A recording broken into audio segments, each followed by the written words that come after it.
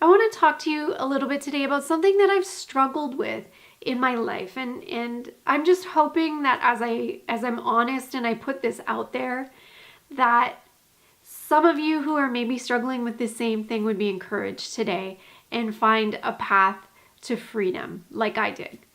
So I used to struggle with fearful thoughts. I really don't even know where it came from or how it started in my life, but I believe it was inherently tied to the idea that I had a lot of wonderful things in my life that I didn't deserve. I had a great husband. I had wonderful kids that God had gifted me with, and I spent a lot of time, like way too much time, concerned with what would happen if I lost them. Concerned with, like, consumed by these fearful thoughts, really, of actually losing everything that I loved. I would even be at the point where in the middle of a normal day driving in my car, I would think something's going to happen to Mark on the farm today. He's going to get hurt and he's going to die. And I would go through my plans and I would in my mind be like planning his funeral and crying, literally start crying, tears running down my face, saying his eulogy. And then I would stop and go, wait, this isn't really happening. This isn't real.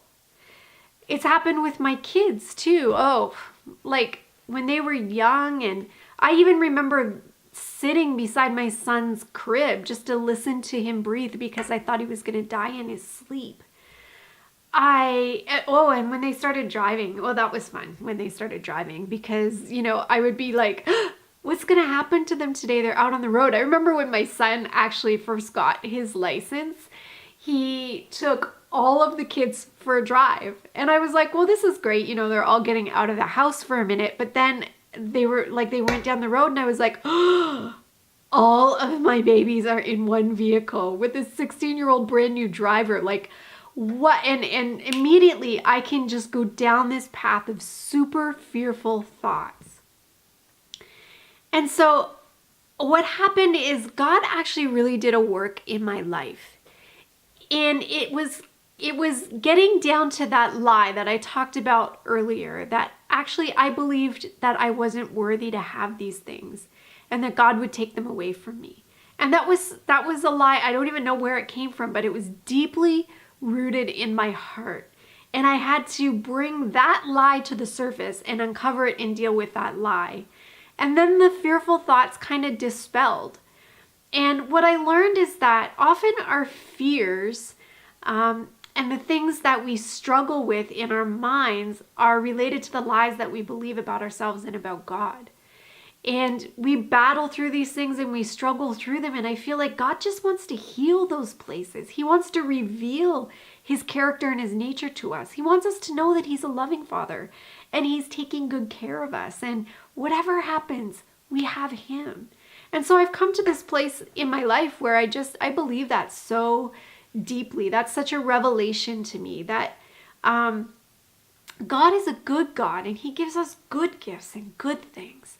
And he's not the creator of fear and chaos in our life. That's the enemy. And so the Bible talks about actually being able to bring our thoughts captive, to be able to actually capture those thoughts and remove them from our mind. And that it takes discernment to be able to do that, to catch them before I go too far down that road and to stop being fearful. Now, the fear is always going to come. It's always going to want to knock at my door. My third child, my daughter Lexi, just started to drive too. And again, fear wants to creep in. Fear wants to tell me something's going to go wrong, right?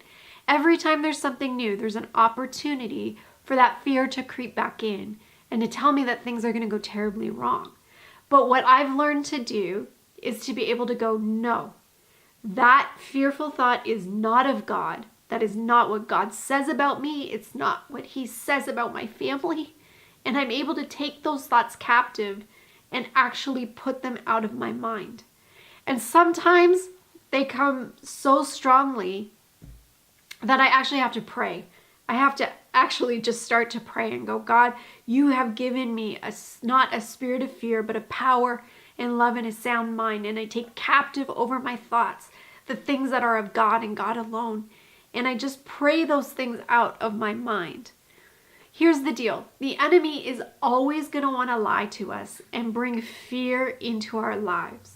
But we have to allow God to do the deep work in us, to heal those things, to reveal his character to us so that we know that he's good and we can actually learn to discern his thoughts from the enemy's thoughts and remove that enemy's voice of fear and unbelief from our lives. And so I just wanted to share this because I thought, if I struggled with it, maybe someone else struggles with it too. And that there's actually a path to freedom that God has given us.